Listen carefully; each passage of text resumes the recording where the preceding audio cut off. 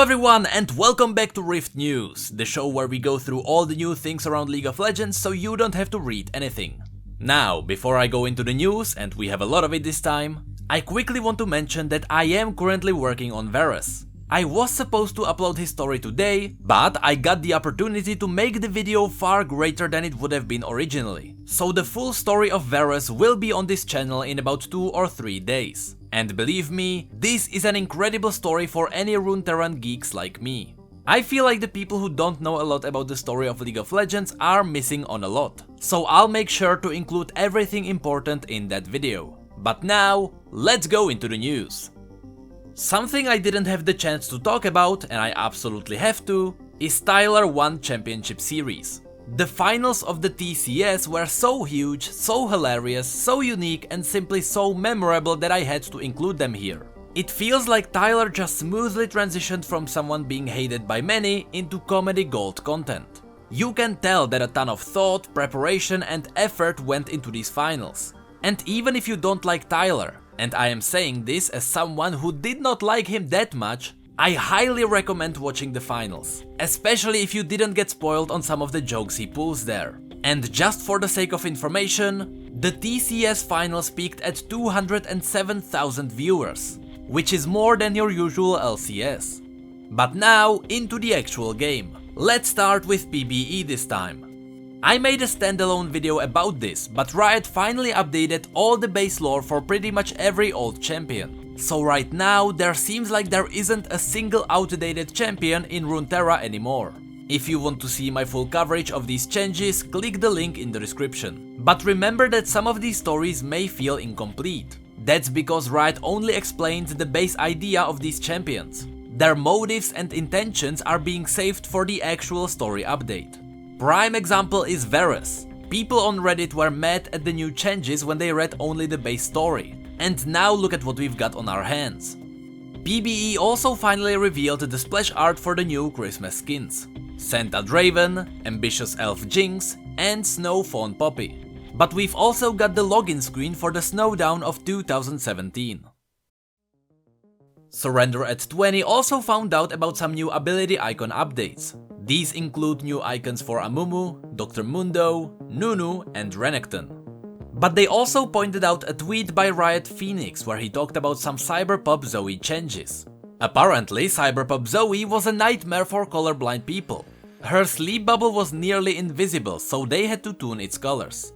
Outside of that, PBE hasn't been too generous because most of the news happen on live servers or Nexus. And speaking of live servers, some of you may have noticed that the login screen player order looks weird. That's because Riot Ironymus admitted he probably screwed up the code. Loading screens were usually ordered so that lanes would line up against each other, and so that skin lines would match their art. I'm not entirely sure if the fix was already released, so be aware that you didn't steal anyone's lane. The loading screen is just wrong. There is also quite a lot of video content regarding League of Legends.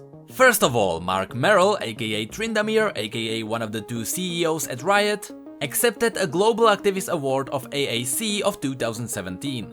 This video was uploaded by International Medical Corps, but it is unlisted, so if I don't forget, I'll link it in the description. But Riot themselves also uploaded a few videos. We've got a video titled Our Game, which is a short 2-minute long video that really reflects on what League has become. It does a really good job at pointing out the fact that although people outside the gaming community may not accept League as a sport, we don't care. Yes, it's a video game, but it's also a passion, and it's a highly competitive activity that makes you challenge your own mind. Not that I would care what it's really called, but in my mind, that fits a sport just like any other. Riot also released 2 more videos which pretty much everyone knows about. The Varus As We Fall music video, a cinematic explaining 1/3 of Varus's full story, and the story behind Varus Retribution. This is an interesting behind the scenes video that explains why the narrative team went for such a unique update. I highly recommend watching this if you are into the lore of League of Legends, since the writers go a bit deeper into the context of who Varus really is. But as I mentioned before, Varus got a lot more new story than just this cinematic. There is his bio that shortly summarizes his story, but there are also 2 different comics revealing the life of Varus before and after the transformation. And to top it off, we have a short story teasing the future of the Darkin lore. That's pretty much all the live things happening right now. So now let's have a look at Nexus. Here we have 2 Ask Riot posts, 1 gameplay dev update and a champion insight regarding Zoe. The first Ask Riot answered 3 very short questions. How is adaptive damage calculated? Adaptive damage, similar to adaptive AP or AD, is based on your item purchases. If your items give you more attack damage than ability power, adaptive damage will be physical. If the opposite is true, then adaptive damage will be magic. In case of a tie, each champion has a default they will go to based on what that champion usually prefers. What language does Yasuo speak when he uses his skills? This is something we already knew the answer to, but Riot Ransom confirmed again that Yasuo speaks in an ancient Ionian dialect. This is the same language Karma speaks when she casts her mantras. He also confirmed that this dialect was based on Japanese language without the use of actual Japanese words. And the last question here. I recently came off an exceptionally long game, over an hour of gameplay. Now I terribly want to know what was the longest match in League history. And the answer we got from Riot Morgageddon is amazing. For esports it was a 91 minutes long game between Hong Kong Attitude and AHQ in 2013. The second place is occupied by a 72 minutes long game between Fnatic and OMG. But the longest solo queue game happened only about 2 or 3 weeks ago on the Oceanic server. The game lasted 2 hours, 42 minutes and 28 seconds. The final gold difference was only 10,000. Vigar was trying to get 3000 AP, but he didn't get there. At 50 minutes, Nidalee told the enemy that if they focused on grouping and pushing, the game would have ended in 15 minutes. And Graves happily said, "I think this is the longest ranked I've ever seen," at 53 minutes. Jokes on Graves, this was actually the longest ranked game ever. The gameplay dev update focused on the project game mode. This post is focusing on both the gameplay design decisions and the art. They wanted to somehow deliver the tension of the project world, and Deathmatch succeeded at that. That's why this game mode was focused more on the action rather than the PvE aspects. Before the deathmatch design was locked in, however, there were more ideas like zone capture, Pac-Man, race to a point, or attack and defense alternations. Originally, we were also supposed to pick from all the project champions. However, mixing together different roles for a deathmatch causes imbalance. That's why we ended up only with AD carries in the end.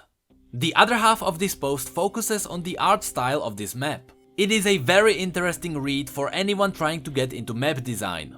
But one interesting method that they use that is worth mentioning is turning sketch art into 3D environment.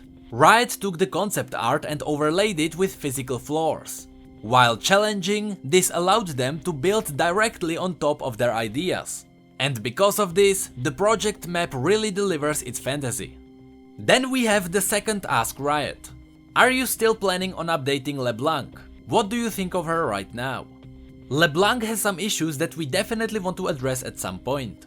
In her update last year, we resolved some of the problems that plagued her, but introduced some new ones in the process.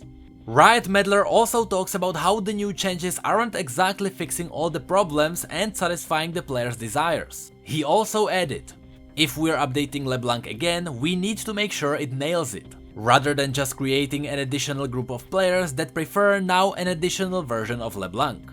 So yes, Riot is not satisfied with her yet, but they want to take their time to nail it the next time. Are there religions in Runeterra? For example, when a person is on their knees, life flashing before their eyes, and they are told to pray to their god, who do they pray to? The Kindred, the Mists, Aurelian Soul, Wild Magic's Bard, Azir, the Crown Guards? Or are there other religions? Here Riot Red Trinity mentioned that it all comes down to who the person is and where they come from.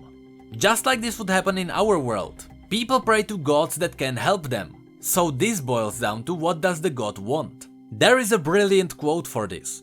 Imagine a place in which the classical questions of our world, does the god exist? What does the god want? Is there an afterlife? Are entirely redundant. In Runeterra, the presence of higher powers is indisputable and can be witnessed. Individuals with godlike powers walk through the world, and the effect of magic and celestial power can be seen in the very landscape. From the celestial gateway on top of Mount Targon, through the vast sun disk in Shurima, to the void-scattered wastes of Icathia. In such a world, religions are much more focused on understanding the will and intent of these powers, divining and communicating with them, worshipping them and adhering them to whatever covenant that power demands. Like ancient Greece, the issue is not believing in gods, it's dealing with the wide variety and forms of them, figuring out which of them are benevolent or malicious, and navigating the complex hierarchy of heroes, demigods, titans and deities. And the last question, why can't Cassiopeia buy boots but Nami can? Nami doesn't have legs either, just a fishtail. In short, this was a combination of gameplay and the thematic design. Cassiopeia has no feet, so it makes sense, but she also needed a new passive that would match her playstyle. Since her burst of speed from poisoning someone fits, it was an easy decision.